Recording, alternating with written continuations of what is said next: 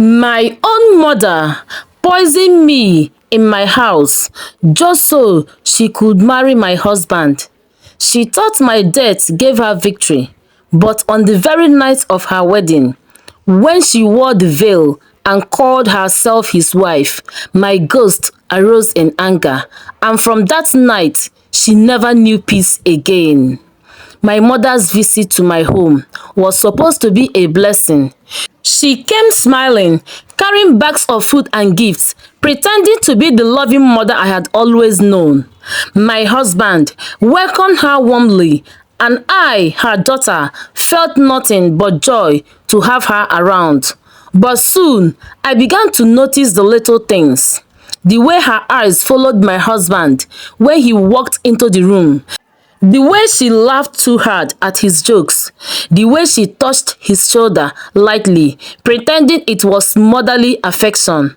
At first, I told myself, she is my mother, she cannot betray me, but the truth was already unfolding right under my roof. Their whispers grew louder, their late-night talks stretched longer. My mother was no longer a guest in my house. She was a rival, hiding behind the mask of a mother, and in her heart, an evil thought was born. Why should I share him with my daughter? He must be mine alone. One evening, she cooked with her own hands and called me to eat. I lifted a spoonful of food, never suspecting the death hidden inside it. The first bite tasted normal, but the second brought a strange bitterness. Then my chest tightened, my throat burned, and blood spilled from my mouth. My husband screamed my name, but my mother only placed her hands on her chest, pretending to be shocked. I looked into her eyes as the strength left my body, and in that final moment, I understood the truth. My own mother had poisoned me just to take my husband for herself. I died that night in my own house, betrayed by the one who gave me life. She buried me quickly, dressed herself in white, and soon after stood at the altar as the bride of my husband. But she didn't know that my spirit refused to rest. On the night of her wedding, when she danced and smiled, believing she had won, my ghost arose in anger. From that night onward, she will never know peace again. The night of her wedding was filled with lights, music, and celebration. People clapped as she danced in her white gown, smiling beside the very man who once called me his wife. She thought she had taken everything from me, my home, my husband, my life. But as the last song ended and the guests went home, the silence of the night carried my anger. She lay beside my husband, her heart full of pride. Yet, when she closed her eyes, the first shadow fell. She dreamt of me, standing at the foot of their bed, my dress stained with blood, my eyes fixed on her. She woke up screaming, but when my husband asked what was wrong, she forced a smile and shook her head. She thought it was just a dream, but it wasn't. It was only the beginning.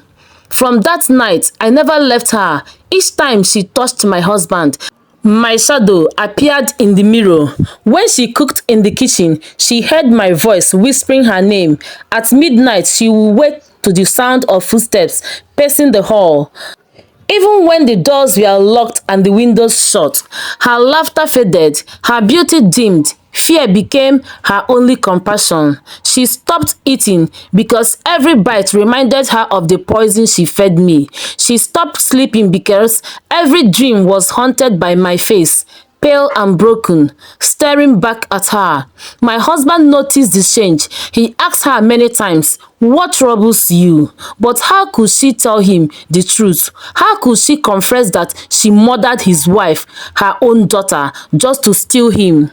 She tried to pray, but the words stuck in her throat. She tried to leave the house, but every road she took led her back to the same place, our home, my grave. She even ran to the village herbalist, but when they burned incense and chanted, my spirit only grew stronger. At night, she will see blood dripping from the walls. She will hear my voice calling, "Mother, why, why did you kill me?" Sometimes, she will feel my cold hands on her neck as she gasps for air. Other times, she will wake to see me lying between her and my husband, smiling with tears in my eyes. Her life became a prison. The man she wanted so desperately began to pull away. He could not stand her screams at night, her sudden cries, her trembling body. He thought she was running mad, and in truth, she was. Finally, unable to carry the weight any longer, she gathered the family in front of everyone. She fell to the ground, tears streaming down her face, and confessed, "Yes, yes, yes, I poisoned my daughter. I killed her so I could have her husband, but she will not leave me. Her ghost is here. She haunts me day and night. I cannot sleep. I cannot breathe. Please forgive me before I die." Her confession shook the whole family. Some cried, some cursed, but none could save her, because the truth had finally broken her. And as she cried that night, clutching her chest, my ghost stood watching, waiting. The night of her confession was also the night of her end. My mother, broken and terrified, lay trembling on the floor. Her eyes darted from side to side as if she could see me, though no one else could. She begged for forgiveness, but my silence was heavier than thunder. Her chest rose and fell rapidly. She clutched at her heart and cried out, "She is here! She is here with me!" My husband tried to calm her. The family tried to hold her, but nothing could stop what was already written. With one last scream, she fell lifeless to the ground. Her body lay cold, and the hall grew silent. Everyone knew this was no ordinary death. This was judgment, judgment for a mother who betrayed her daughter, for a woman who let greed and lust destroy her soul. My husband fell to his knees, tears streaming down his face. He wept for me, for the home that was shattered, and for the curse that ended so tragically. But as I watched him cry, my spirit felt peace at last. The truth had been spoken, and justice had been served. From that day onward, my story spread like wildfire. People whispered in the markets, "Did you hear? The woman who poisoned her own daughter to marry her husband was haunted until she confessed and died." My grave became a warning, a lesson carved in silence. Moral lessons. No matter how sweet evil may look, it always ends in bitter shame. A parent's love should protect, not destroy. Betrayal from family cuts deeper than a stranger's knife. Greed and jealousy are chains that drag a soul into destruction. The truth may be delayed, but it will always rise, even from the grave. Every evil deed will one day be judged, whether in life or in death. My dear viewers, thank you for staying with me through this powerful story. I believe you have seen how betrayal, greed, and jealousy can destroy even the closest of bonds. This story is not just for entertainment, it carries deep lessons for life.